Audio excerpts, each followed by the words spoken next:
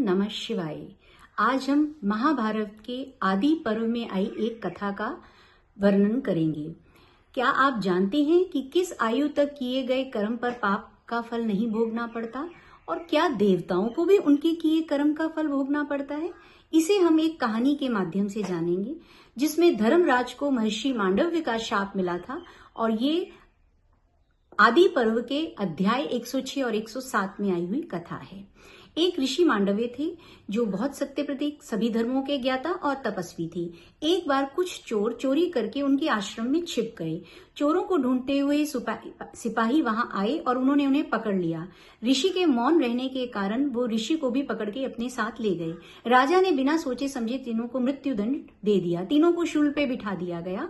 दोनों की मृत्यु हो गई, लेकिन बहुत काल तक शूल पर बैठे रहने पर भी बिना खाए पिए ऋषि मांडव्य जीवित रहे। जब राजा को यह समाचार मिला तो उसने आकर अपने किए की क्षमा मांगी और ऋषि को शूल से उतारा गया। शूल को निकालने का प्रयास किया, लेकिन वो शूल नहीं निकला तो उसको उसके अग्रभाग से काट दिया गया।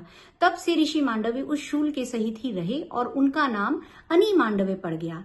एक बार धर्मराज की सभा में जाकर ऋषि ने प्रश्न किया कि मुझे किस अपराध के कारण ये फल भोगना पड़ा। तब धर्मराज ने कहा, एक जन्म में आपने फतिंगों के पूंछ पर आप शूल चुबो दिया करते थे।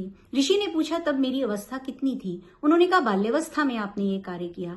ऋषि ने कहा कि धर्मशास्त्र के अनुसार जन्म से लेकर 12 वर्ष तक की अवधि तक किए गए किसी भी पाप का फल नहीं भोगना पड़ता, क्योंकि तब तक धर्म के शास्त्र का ज्ञान नहीं हो पाता। आपने मुझे मेरे बाल्यावस्था में किए हुए अपराध का फल भोगने को दिया, इसीलिए आपको पृथ्वी लोक पर शूद्र योनि में जन्म लेना पड़ेगा। और मैं आज से संसार में धर्म के फल को प्रकट करने वाली मर्यादा स्थापित करता हूं कि 14 वर्ष तक की अवधि तक किए गए किसी भी कर्म का पाप का फल नहीं भोगना पड़ेगा। तो ये हमारे पहले प्रश्न का उत्तर हुआ।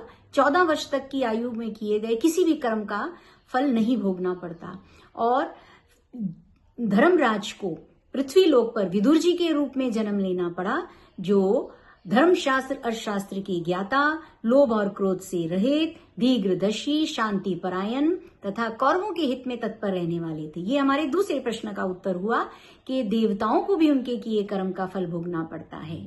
ओम नमः शिवाय।